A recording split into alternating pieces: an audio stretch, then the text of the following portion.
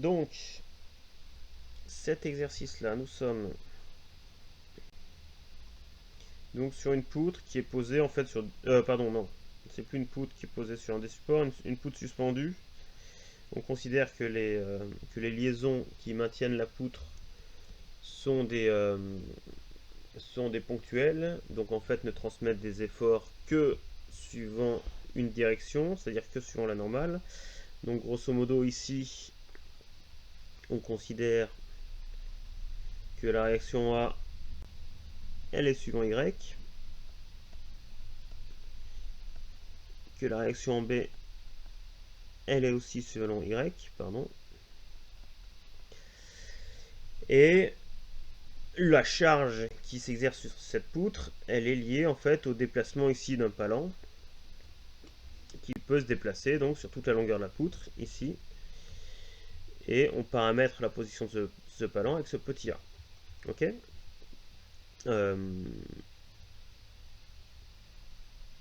On néglige là-dedans, en fait, c'est peut-être pas forcément dit, mais on néglige le poids propre de la poutre. Donc si on veut, en fait, ce qu'on veut faire là, c'est déterminer la valeur des réactions du support sur la poutre, donc c'est-à-dire RA et RB. Alors, on va faire comme tout à l'heure. J'isole, je vais me faire en rouge, c'est quand même plus visible. On isole la poutre. Si je fais un bilan des actions mécaniques extérieures, j'ai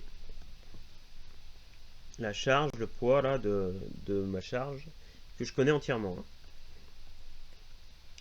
J'ai RA et RB dont je ne connais pas les normes, mais je sais que c'est porté sur Y.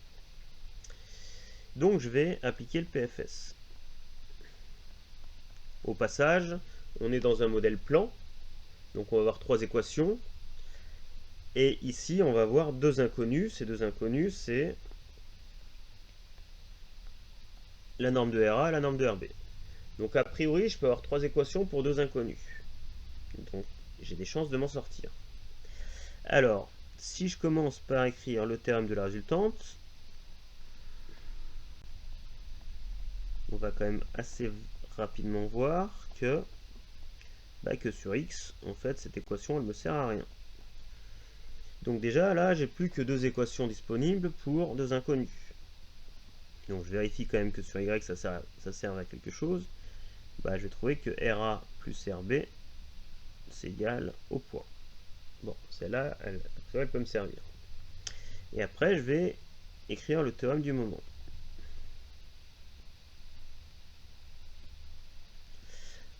Alors, j'ai plusieurs choix. Est-ce que je l'écris en A? Est-ce que je l'écris au point M, là, qui bouge?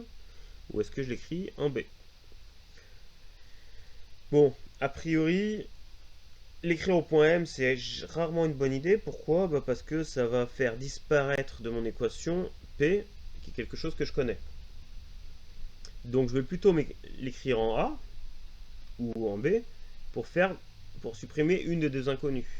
Parce que comme j'ai des glisseurs, si j'écris le théorème au point A, j'aurai pas de moment de l'action de A au point A. Donc je vais l'écrire en A. Et pourquoi en A plutôt qu'en B? Parce que comme ça, si je travaille en A, j'aurai les bras de levier qui seront exprimés de manière positive sur l'axe X. Bon. Ça m'évitera de me balader avec des signes moins partout en fait. Donc théorème du moment A qui est projeté lui sur Z. Donc on a dit que le moment A de l'action de A il était nul. Donc j'ai le moment en A de l'action de M. A priori, si je regarde, il va être négatif parce qu'il va vouloir faire tourner autour de A dans ce sens négatif de Y vers X. Donc je vais bien avoir du moins petit a fois P porté par Z.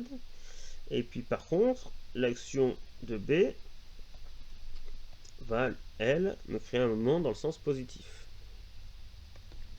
Donc plus L RB porté par Z égale 0.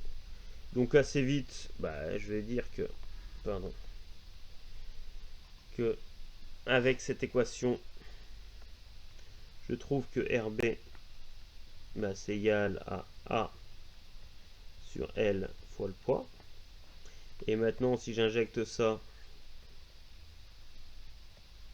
là-dedans, bah, je trouve que RA, Monsieur, oui, je comprends pas comment vous trouvez le sens de rotation à chaque fois.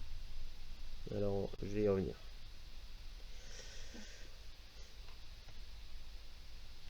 Si je dis pas de bêtises, c'est ça. C'est P, donc c'est-à-dire L sur L fois P, moins A sur L fois P. Ok? Alors, comment je trouve... Alors, c'est pas le sens de rotation, hein, c'est le sens du moment.